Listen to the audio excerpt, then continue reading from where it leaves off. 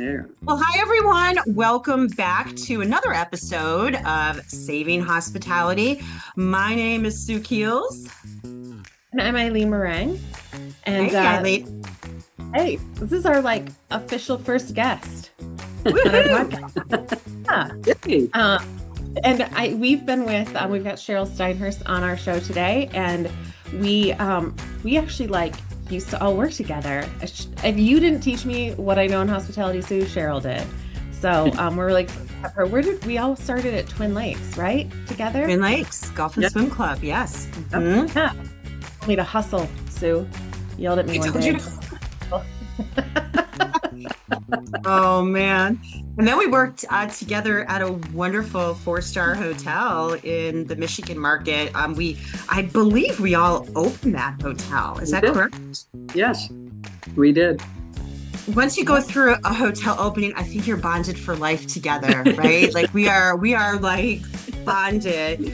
But Cheryl, can you share? And so the band is back together, everyone. Super excited for just talking about kind of this next generation in hospitality and Cheryl's journey from holding so many positions to being an owner of an extremely successful restaurant that we're going to hear all about in the Michigan market. So Cheryl, can you kind of share a little bit about your hospitality journey? Yeah, sure. It's great seeing both you and Eileen. Haven't seen you in quite a while. And thank you. I appreciate this. This is fun. Yeah, I've been in hospitality forever, it seems. I started off at 14 years of age. I worked as a hostess at an Elias Brothers in Madison Heights, Michigan. Worked many different restaurants. I shouldn't say it like that, but Chuck Muir Corporation and Felipa's Wine Barrel. Moved into golf, country clubs, Twin Lakes. That's where we met. Cherry Creek, worked there. In all aspects, each restaurant or what have you, I'd hire in as a server, bartender, what have you, and always moved up and tried to learn as much as I could from each venue. It was wonderful. Hotels, I opened up, worked at Seldom Blues in Detroit, which was a hoot, beautiful venue. And then went back to the Royal Park, worked sales and catering there and had a blast with that. And then all of a sudden my husband said, hey, let's open up a restaurant. You're working so hard for everybody else. Let's do it for ourselves. Yeah. So in 2011, we opened up Steiny's Tavern at 25 and Shelby Road in Shelby Township. And that was a hoot. Working for everybody else and then owning your own, it's a whole different ballgame. We had a lot of work, a lot of fun. We've met so many people and just had a blast doing that. So then a couple of years go by, and my husband's like, let's open up another one. So we're like, okay, yay. We have nothing else better to do. So we started looking. We looked throughout, Metro Detroit. And so 23 in Shaner Road, a restaurant that went under. We looked at the venue and we loved it. It's 6,000 square foot. And we decided to open up the Detroit Fish House Steak and Oyster Bar. And that was almost 9 years ago. Isn't that crazy? 9 years. That's Isn't that crazy? incredible. It's been that so long fun ago. watching your journey because I know how hard you were, one of the hardest working people that I've ever met in the industry. Just, you talk about hustle, right? It's Yeah. incredible. And this is like a family affair now. Let's talk a It little is. bit more about this because you have, something Eileen and I love talking about is getting the next generation excited for hospitality.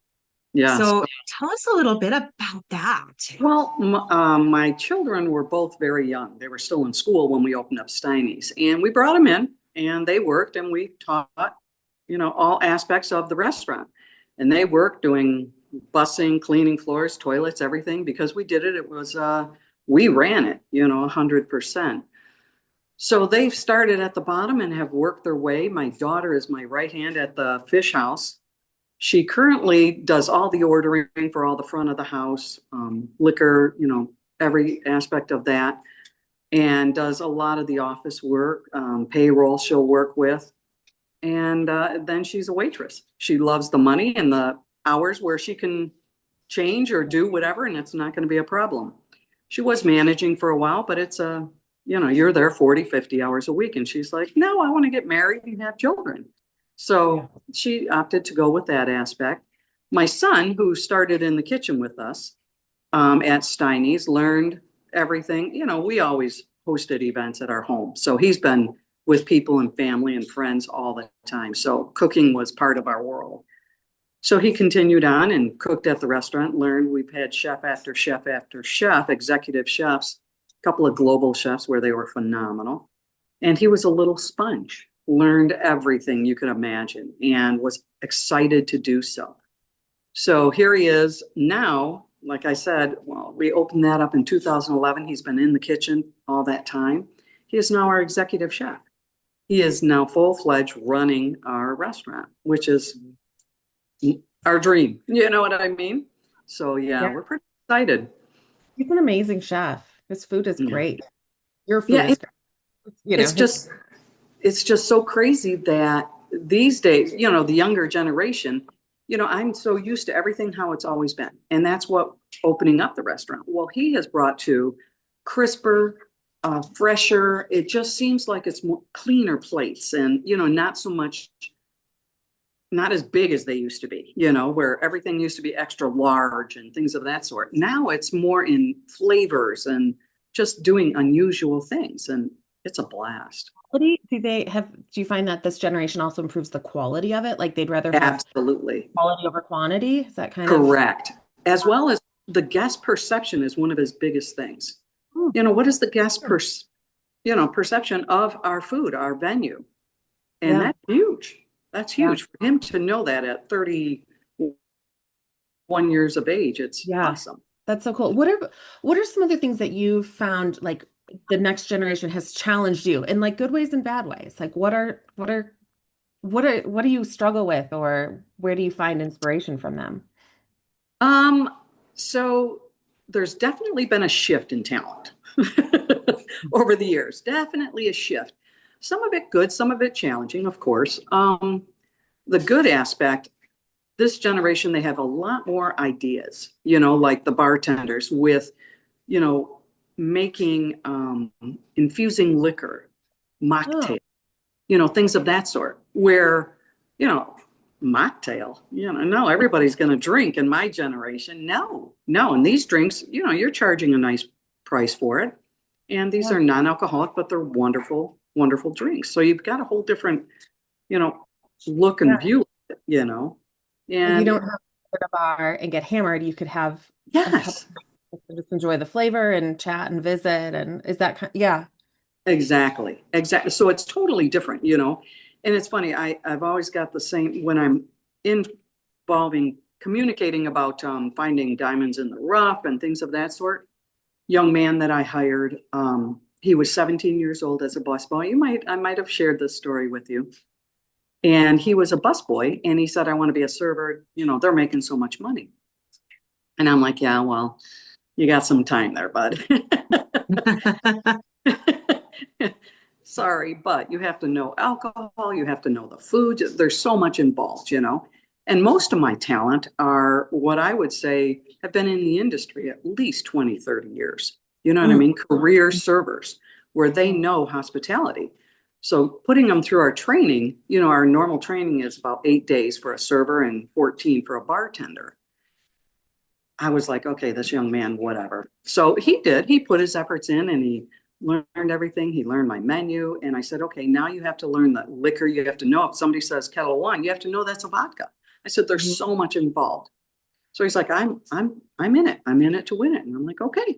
So then I put him in as a food runner so he could get the whole aspects of how the restaurant's executing and, food and things of that sort, got to know it. And I would say by the time he was 20, he was ready to go. He goes, so I put him through the training, went through the training, and lo and behold, he passed. You have to pass with 85% or above. And he passed, it was like 95, 96. Yeah, right. off the charts, knew everything, knew the wines, everything. And to this day, he is one of my top salespersons. This young man is one of my trainers, and he's 21 going going to be 22 years old. It's just, there's young ones out there that are phenomenal. And I just say, congratulations to the parents for doing such a good job. You know? And I love, like, I think sometimes you can like feel the passion, Yeah. and that's something that is hard, in a job description or during an interview. You can kind of maybe see it a little bit, but until they're like in the trenches and really understand that hospitality, it's not glamorous. Like, you have to learn a lot. And what I love what you just said, Cheryl, is you emphasize training. One thing that I see so many times just now that I'm doing on the other side of it, I'm kind of behind the scenes, is the lack of training in the market, in the industry. And, I love the fact that you said it would take like 9 days and then 14 days, and you have to get 85% or higher. Like, that to me, it just shows that you need to take this seriously. You don't just get on the floor and start, Correct. selling or taking orders, right? Yeah. Our service, what we try to separate ourselves is our service. And they have to understand we try to exceed our guest expectations every time they give us the opportunity. Every single aspect, from pulling out chairs, we wash, guest hands to this day. We do something different where, throughout the industry, it's synchronized service. We don't use trays. So each guest is served by a server at their table, regardless if it's a 2-top or a 10-top. I have a server serving on the left-hand side, and they get all their entrees at the same time. So we try to go above and beyond, and that's, in the training aspect. That's so You don't cool. really see the synchronized service that much anymore. That, is, I think, something that has really kind of dissipated through the years. But it's so nice to, like, you probably have a modern vibe on that now, right? Like, I love that. That's so interesting. Yeah, it's a lot of fun. But as you said, there are some challenges with the younger generation as well. Late tardiness is automatic. It's not even a thought to them to be late, and it's okay in their minds. Texting instead of calling to say there's a challenge, I'm not going to be there, I'm going to be late. They text. Well, my phone is not around me usually. So I'm like, well, where's this person? Get my phone. Oh, there they are. Things of that sort. So it's a little bit different. You have to bend with them and learn. But stuff. Yeah. What would you give somebody, like somebody who's thinking about getting into hospitality, but it's just a little leery of the hours or the work or the time commitment? How has hospitality changed your life? Well, hospitality, if you're in it, you got to be in it all the way. You have to really take hold of the location where you're working, know everything you can know, and you're going to go farther. Your guests are going to be happier because you know things. It's not just get by. Yeah. I mean, it may sound terrible, but I'll say we're not on M59. There's a million restaurants there to choose from. We're our own standalone building, and pretty much a location where a lot of people go for VIP dinners, Pop reverse. Sorry, you asked me. All good. So we'll start really quick one more time about just another question. So how has a career in hospitality, how has it changed your life? Again, you're an owner now, with all this responsibility, running an amazing restaurant that has been extremely well established, has a great reputation. But like, how did that doesn't just happen, right? It's not just magic. How has it changed your life? Well, you gotta put everything you have into it. If you want success, you make success. You make your plans. Every single aspect. We decided what we're going to do, make the plan, and work the plan. Along the way, that's not working. Let's revisit it and come up with a new plan. You're going to have that along the way, but you're working a lot. That's for sure.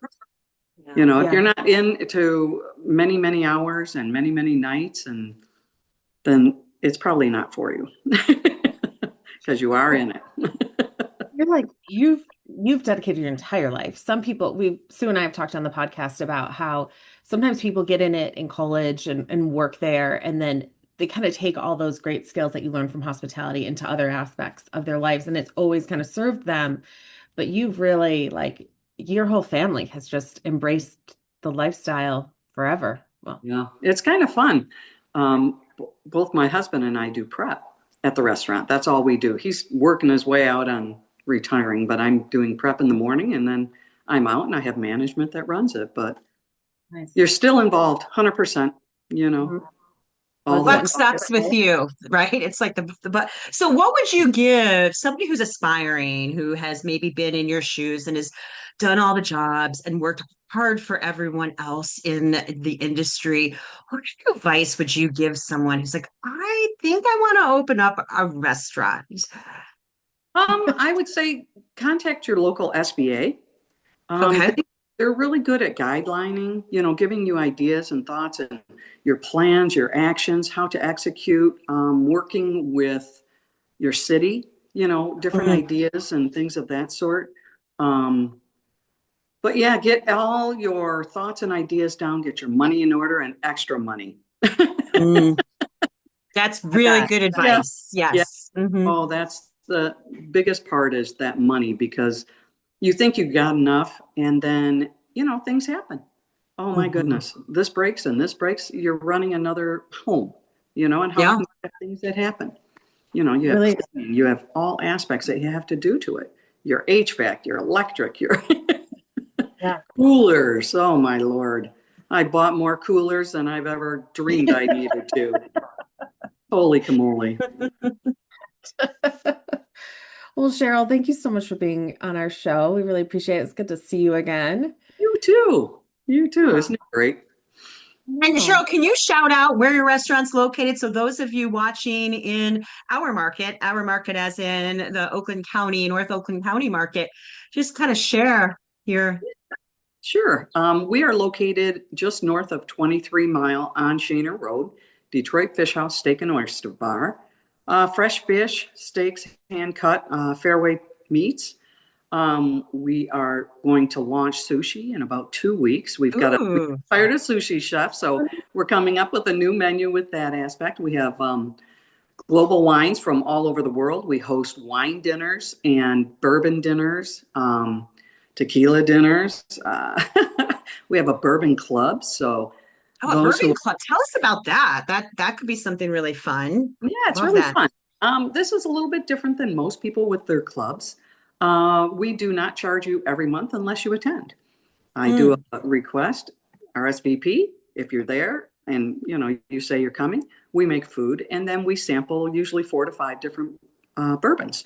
I have reps come in from you know the RNDC and Great Lakes and what have you. We've hosted 3 master distillers who came to our bourbon club, and here we are sitting shoulder to shoulder with a master distiller. What a blast, you know, Wow. sampling the product. And of course, they bring swag, and, you know, so it's a lot of fun. I've got about, I think, 25 guests now, or 25 members. So it's a lot of fun. We're doing our bourbon trip to Kentucky this October. Oh, that is. Are you going to Yeah. pick out a barrel or is your Well, club just going to? we've done that. We partnered with Piccolo's, our next door neighbor, and we worked with Maker's Mark, you know. Yeah, love them. There's Yeah. shout out to Maker's Mark. Yeah. They truly are partners and they get it, right? And plus going to Maker's Mark, it's magical there. I always say when you go visit Yeah. the distillery. Well, Mm. we couldn't do that because we had so many of us. So they Okay. came to us. Oh, And nice. many people designing our barrel. Wow. So Amazing. we all put it together. We each voted and we ended up making the barrel. So yeah, it sold out within a day. It was crazy. It was awesome. that is awesome. So did your bourbon club get involved in the whole selection of the barrel, or was it more of your like internal staff? Nope, it was our bourbon club. It was I love that. I mean, talk about experiential, right? I mean, that is, Yep. and I think that's so great, Cheryl, because you come from that end of it. Like I know firsthand, you've sold the experience, right? You've operated and shared those experiences. So now how cool that you can take that to the next level and do it in your restaurant and give all these, you know, wonderful guests this experience. Yes, it's a lot of fun. I mean, it's a lot of fun. Yes, it's a lot of work, but I tell you what, when you watch your guests walk out and just having so much fun and the rave reviews that you hear, you know, it's just wonderful. It makes you did it right. Awesome. Well, yeah. Congratulations on you. your Thank you. success. And it's been fun, like we said, watching you and spending a little time with you. We appreciate you taking the time. We will make sure that we link everything in our show notes. And thank you, everyone, for being here. And go visit Cheryl. Check out her fabulous restaurant. Yes. Thank you. Thank you. Love it.